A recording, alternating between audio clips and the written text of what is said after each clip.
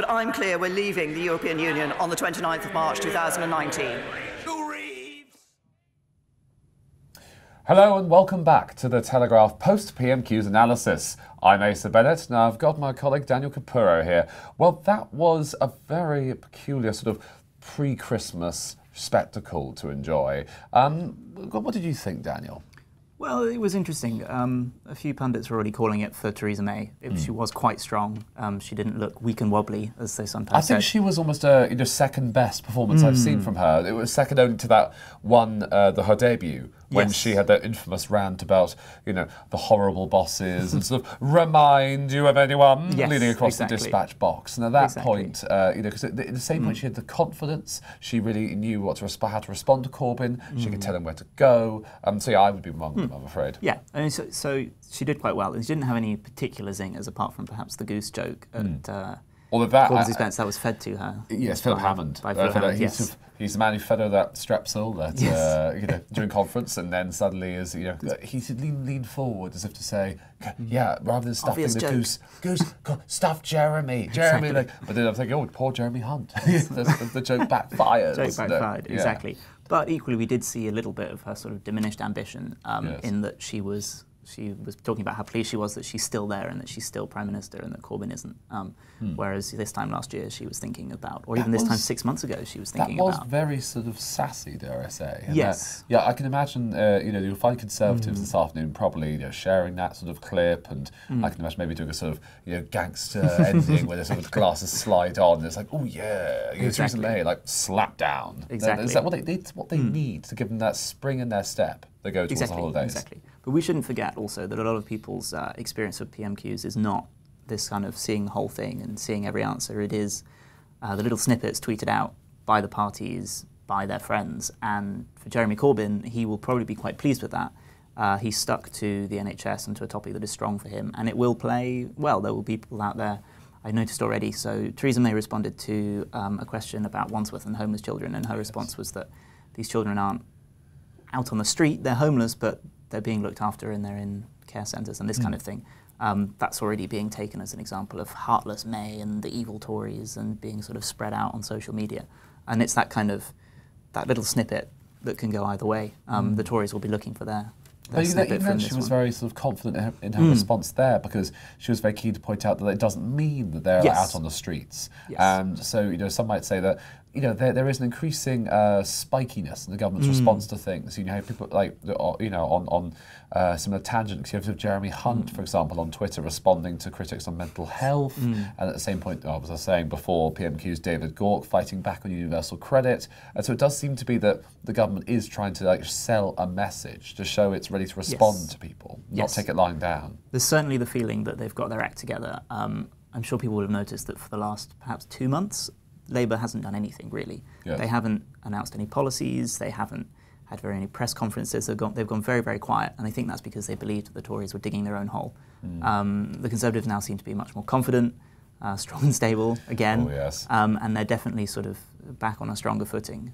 So the onus now is on Jeremy Corbyn and his front bench to take the fight to the Tories. Yeah, I mean, this is the thing, and yet at the same point, the substance of what Jeremy Corbyn was saying, that should have really been his moment to shine. It was a topic he knows well, the NHS, austerity, that's his catnip for PMQs.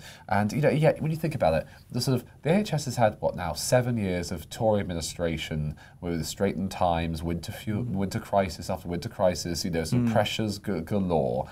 And yet, to have us able to say, well, Theresa May really saw that, endured that, came out not too badly, that doesn't suggest that, he didn't surprise very much. Then. No. Well, I think also when you look at the polling with the NHS, certainly is something that people support, but people are also aware that it is not doing very well at the moment. Yes. But equally, it's one of those issues that if you care about it, you care immensely, and it's one of the only things you care about.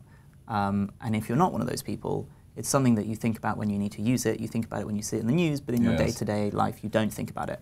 It probably will stay in the news over the next few days. It will do. It will Corbyn will seem like a man with foresight before the Christmas holidays. Exactly. That's probably what he's hoping for. But what he runs the risk of is banging on about a topic that, to a lot of voters, isn't that important. Although, can I bang on about a topic that maybe is important in my view, of Brexit? And that wasn't mentioned between Corbyn and May, but it did seem to pop up occasionally from some MPs. I mean, do you think there was that sort of projected confidence then from the Prime Minister on that topic? Yeah, I think she seemed pretty confident. We've gone back to that odd sort of situation that we were in the early days of phase one, where everything is hypothetical, everything is conjecture, we don't really know anything, we don't know what's going on in the room. They haven't actually started negotiating phase two yet. It's Christmas, everyone's gone home. And when they do that, when we start to have these leaks and rows about dairy quotas and fishing quotas and who will subsidise farmers, if at all, will the NHS be involved in trade deals, all these kind of things, then it will get a bit feistier. At the moment, we're back to that strange sort of fog. So it's quite easy for the Prime Minister to stand there and seem very, very confident because she hasn't upset anyone on her own backbenches yet. Yes. Apart from the Remainers, of course. But she hasn't upset anyone yet. And so she can confidently say these things on Brexit. And of course, that means that there aren't any targets for Labour to aim for. There isn't any Brexit disagreement at the moment, really, for Jeremy Corbyn to get his teeth into. I mean, maybe they're all just saving their fire, keeping their gunpowder dry for this afternoon and later in the day. Yes, when indeed. There'll be obviously the withdrawal bill to debate, the sort of 8th day of 8 in the committee stage. In this process, that means they'll be quite tired and just keep up so many late nights debating this sort of stuff. There is a feeling among MPs that they just slightly want to go home. This is the last big business of the day, really. So maybe they are trying to save their energies for that. And the thing is, at the same point, that does feed into an interesting atmosphere for this PMQs, because there was that kind of last day of term feeling at school, with them just seeming to make missteps, to joke. I mean, John Bercow sort of stuck out for me in that, well, we come back to that Clive Efford joke about the goose. Obviously, he clearly planned that meticulously. And he would stand up and say, does the Prime Minister think for maximum pleasure when she's stuffing that turkey of calling it Michael or Boris? And then Bercow wades in to say sort of, oh yes, and I'm sure the Prime Minister doesn't have that sort of, has better taste than that. It's like, of course, he has to intervene. And so it's all very jolly stuff. I'm sure people would agree that the standard, the quality of humour in the House is a lot lower than elsewhere. I'm not sure people watching at home would have laughed quite as uproariously as the House did. But you're right, there is this kind of hysterical. I mean, exactly. They were hysterical in a sense. We're sort of demob happy almost. They know they're going home. Some of them get to go quite far. They get to travel back up to Scotland or the north and get away from metropolitan London and the grime and the diesel. Oh, yes, exactly. So, I mean, Berkeley is so chatty, even now he's coming to wade in the discussion. Well, he's got nice North Buckinghamshire to go home to. But no, there was a raucous atmosphere. There was one MP, I think John Barron, who sort of stood up and there was always joshing about, oh, well, I don't mean to wake you up, man, sort of thing. And then he's just, and even, what was his name? Jack Lepresti, who's getting married, and very much he sort of, Berkeley inserts himself into that. Sort of saying, yes, I'm coming to their wedding, I'm delighted to say. And obviously then Lepresti responds with such joy in his eyes. And say, yes, I'm looking forward to you. It's sort of the joy of someone who sounds like he didn't even know he was inviting him. But anyway, I digress. Well, John Bercow's a divisive figure, shall we say. Yes. Done a few controversial things, and certainly he came within an inch of his political life at the end of the 2010-2015 Parliament, when David Cameron, as a sort of an end of Parliament gift, gave a vote to the Commons to see if they could get rid of Bercow. So he was just loving life, basically. Exactly. Well, he was saved by some Tory MPs who didn't like the nastiness of it, and now he's got a second lease of life, and he's jolly. Yeah. Although he's still unafraid to sort of josh with them anyway. But exactly. If I can maybe say as a sort of closing thought, perhaps, is there any particular question you felt should have been asked?